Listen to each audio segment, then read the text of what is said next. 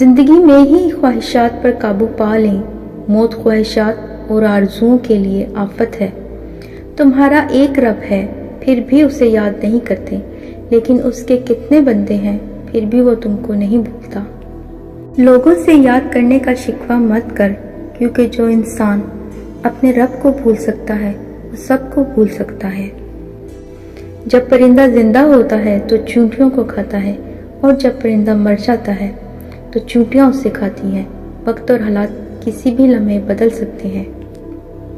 زندگی میں کسی کو دکھ تکلیف نہ دیں، نہ ہی کسی کو کمتر سمجھیں۔